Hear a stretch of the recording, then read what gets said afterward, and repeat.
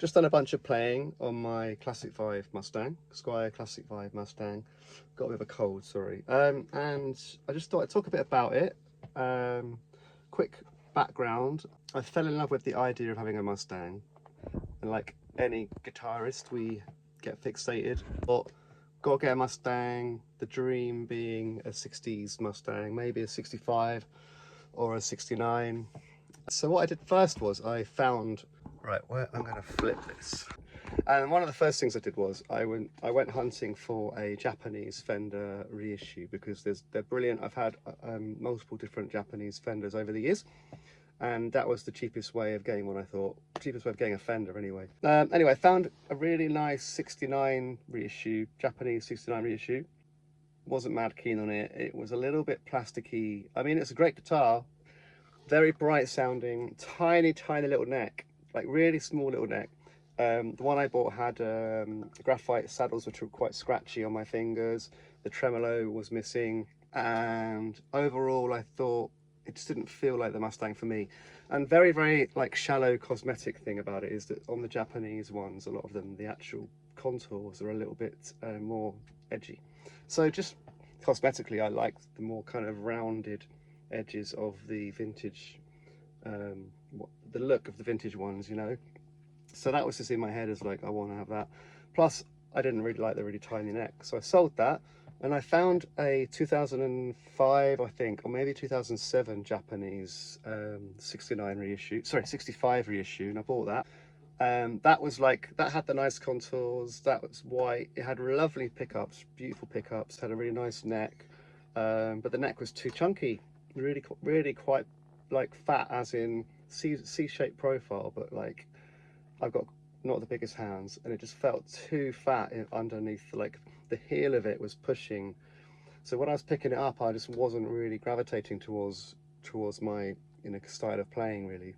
Other than that, it's a great guitar. So I sold that one on, and then I bought a 1975 Fender Mustang. I got that from a guy online, and I got a good price. I think I paid like 1,500. That was great. It was a mocha coloured 1975. I didn't do any videos back then for some reason. I was too busy in playing guitar and stuff and making records. Anyway, it was beautiful, lovely neck profile, mocha colour, like dark brown, like coffee colour with a black scratch plate, black pickup guards, black pickup covers, beautiful tremolo system. But something about the tone compared to the Japanese one, it just was a bit thin. They just, I don't know, something about it, and the action was pretty high, and I hadn't really figured out properly how to set it up. Plus it was expensive, right? And I haven't got the most amount of money in the world. I was quite happy with it, but in my head I'm still thinking I'd love a 65 Mustang with a really nice neck, really nice sounding pickups, but I don't want to break the bank. So actually I ended up reading more about the Classic Vibe and the vintage modified Mustangs. Everyone online saying they're great. Obviously you can't always tell till you play your own one, but very positive reviews and stuff. And I thought, right, okay, I sold the 75 and I made a few £100 on that. I actually sold it for close to 1,800, maybe 1,800. I can't remember specifically, but I technically raised enough money from the sale of that. I'd made enough profit to just buy a Squier second hand and sort of see what I thought. So I found a vintage modified because the spec was rosewood neck. A few other things about it, I was like, yeah, I want to get the vintage modified, which is the older Squier. That arrived in red, 65 red, beautiful guitar. That had a really massive neck and it was really heavy. But the thing about my first Mustang, the 90s one, the Japanese 90s one, it was really light. And I like this one as well. It's like, the thing about guitars is you want to be able to grab them and just play them. And like they have to invite you to play them. And the thing about the weight of this vintage modified, it was just like, bloody hell. Picking it up was just a bit of a chore. The neck was even bigger than the Japanese 2008. It's kind of strangely big, really. And I've played actual 1965 Mustangs in the shops and stuff, and they do have kind of like the more of a baseball bat type feel, but not this. This felt like overly big, and the weight was something that was like quite strange. I was like, this is really chunky. It weighed almost as much, if not more, than my Strat, and they're not as big. So yeah, I just was like, I want this to be right. I want my perfect Mustang. And also that red one, that vintage modified, I was going to upgrade the bridge because the bridge had the individual saddles and they were a little bit, they hurt my hands and it was hard to set up. It also had no tremolo arm, and I was going to upgrade to the bone nut. I was going to upgrade the bridge, and I was going to buy a tremolo arm. But then I found this. I found this Classic Vibe and I got 200 quid. I got this for. Already got the bridge I wanted on it. Already got the bone nut, and had the tremolo arm. So I got this from a local guy, and I love it. It's great. The one thing I would change if I could is the laurel fingerboard, because I like the look of rosewood. Doesn't sound any different, but like I said, a lot of this is just cosmetics. I like the way Mustangs look, and I want to, that inspires me to play, just this feeling of having a guitar that you really like and, you know, looks and sounds good. So I might actually stain this with some bry wax. I'm reading about this online. You can get wood stain just to make it darker and more visually appealing to me, basically. But that's nothing about the quality of Indian laurel. It's absolutely fine, and this is a great guitar. This is the best Mustang I've had. This is the 5th one I've had, and it'll be the last one I get unless I suddenly get rich and I can get a 60s one. And even then, I played a 60s one in a shop and I didn't like the neck. And actually the 60s pickups are really shrill. Anyway, so I'm going to talk, that's a backstory. Sorry, it's a little bit of a ramble, but that's what I do. So yeah, what I've done since I bought this, because when I bought it, the bridge was on back to front, facing the wrong way.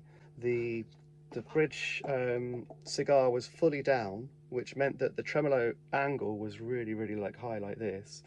And the bridge was completely low. The bridge was totally down, and the action was really high. And I'm thinking, well, if the bridge is all the way down there, why is the action really high? And the actual neck had a little bit of relief on it. So what I did was I actually adjusted the truss rod. I made the neck perfectly straight, just with 1/2 turn, I think it was, or maybe 1 full turn of the truss rod. That helped, that made it good, but still not perfect.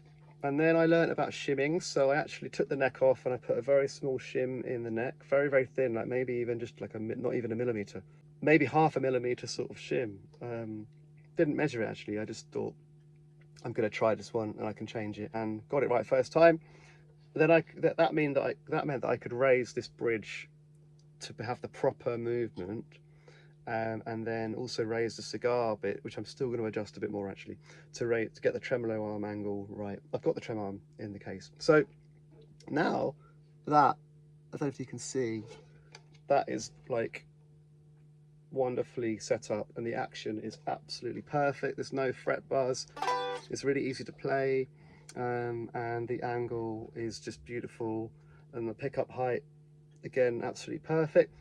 Other changes I've done is I took a nail file. The edges of the frets were quite sharp. In some places, like really, really sharp, like here. Just running my hand up and down, it was catching.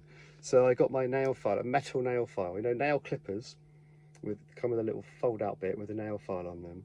So I got that, and I very carefully just went in there, just with the file, like that, and just filed off. Just a few movements, and it's metal on metal, so this was quite quick, and it completely smoothed them off perfectly, like really, really smooth now. So I did that all the way up on most of the frets. Some of them didn't need it, but a few of them were quite spiky, and that feels lovely now. It feels very, very smooth. I've also just changed these pickup covers because I liked the more orangey colour, the slightly more off-white colour. And I saw a post by another Mustang fan on YouTube. If you search for Mustang stuff, you'll see this guy. He's got loads of videos. It's great. I've learned a lot from that guy. And one of his classic vibes comes from China, and it had the darker pickup covers. You can't really see on this video, but they're basically a slightly more yellowish colour. And last night I used sandpaper to make the edges rounder, and I made them rough. I made them feel like the original ones. And they came from Reverb. I just found a company. It was £4 for 3. What else? What else have I done? I haven't done anything else. The next thing I'm going to do actually is I'm going to round off the edge of the fretboard. I found a guy on YouTube who's got a really good method using a razor blade and sandpaper and then varnish. So when I get my bry wax or my darkening stuff for the neck. I'm going to take the neck off. I'm going to round the edges of the fretboard to make it feel warm, like more worn in and a bit rounder. And then I'm going to darken the fretboard to make it look more like rosewood. Other than that, what I'm going to do, I'm going to change the strings from 10s to 11s, just because I feel like the 10s are really bendy, which is great, but I want to kind of try 11s and feel like maybe there might be a better fit for this. And then I'm going to age the screws and possibly the tuners using, well, I found another person on YouTube who shows a really good method of just using this solution to basically just take the shine off the screws. Very pointless to a lot of people, but being obsessed with this idea of having a 60s Mustang, 60s Mustangs, you know, the hardware doesn't go really rusty or anything, and in fact the bridges often stay really shiny, so I'm not going to make it look really crappy and like old.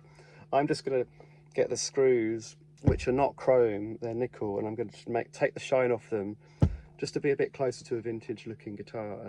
Absolutely nothing wrong with the screws, and that's like just me thinking, you know, I want to make it a bit closer to my dream guitar. As a guitar, this is indistinguishable from a Fender. This feels perfect. It sounds amazing. I've just done a video of me playing it, and you can watch that. I can't recommend it enough. This was £200. Those few little tweaks that I've done, I'm not a guitar expert in terms of doing modifications. They were all really simple and took very little time. It was tweaking it here, tweaking it there, and then after I did that, I checked the intonation and I adjusted some of the intonation as well. Yeah, super happy with it, and it sounds amazing. It sounds punchy, it sounds chimey, it's got that Mustang sound that, you know, I fell in love with. It looks very cool. So yeah, in the future maybe I'll get a white scratch plate for it, a vintage white scratch plate, because there is a 60s 5 model of Fender Mustang that's this blue with a white scratch plate. It just looks lovely. This isn't an original Fender colour, this is just a Squier colour.